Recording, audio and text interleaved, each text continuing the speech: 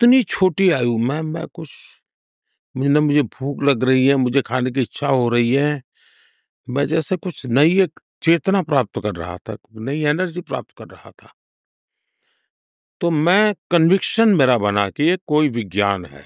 ফের পডকাস্ট মাইকের সামনে প্রধানমন্ত্রী নরেন্দ্র মোদী তার উপোসের অভিজ্ঞতার ঝাঁপি নিয়ে। অযোধ্যায় রামের মূর্তির প্রাণ প্রতিষ্ঠার আগে টানা 11 দিন উপোস করেন। 11 दिवसीय उपवास को वो पूर्ण कर रहे हैं।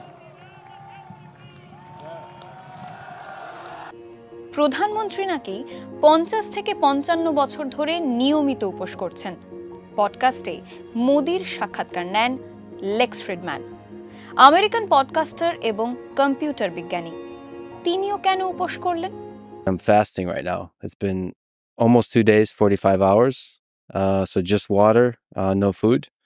In honor of this conversation, just to get in the right mindset, get into the spiritual level.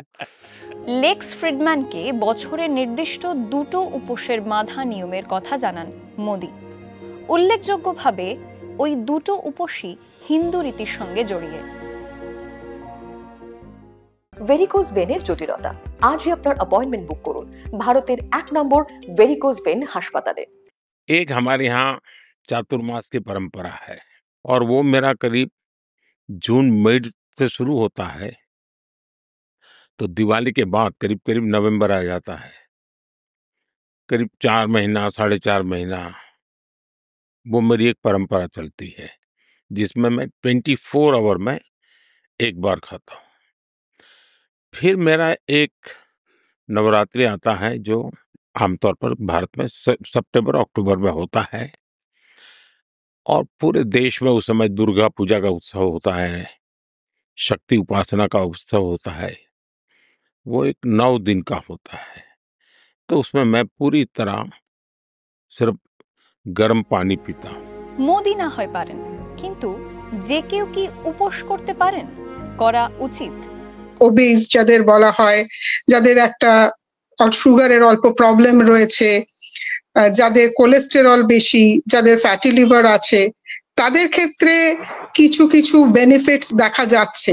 যারা অতটা তাদের বডি ওয়েট বেশি নয়, তারা একটু বেশি করতে চেষ্টা করছে, যার ফলে সমস্যাটা হচ্ছে সেখানে কিন্তু অনেক ক্ষতিকারক দিকও বেরিয়ে আসছে। 2024 সালের মার্চ মাসে একটা বেরিয়ে এলো যে কার্ডিওভাস্কুলার রিস্ক, যেটা বলে কার্ডিয়াক মর্টালিটি, মানে হৃদয়জনিত কারণে মৃত্যুর পরিসংখ্যান এই যারা এই ফাস্টিং করছে তাদের মধ্যে বেড়ে যাচ্ছে। কি খেয়ে আমি ফাস্টিং করছি সেটাও কিন্তু খুব ইম্পর্টেন্ট।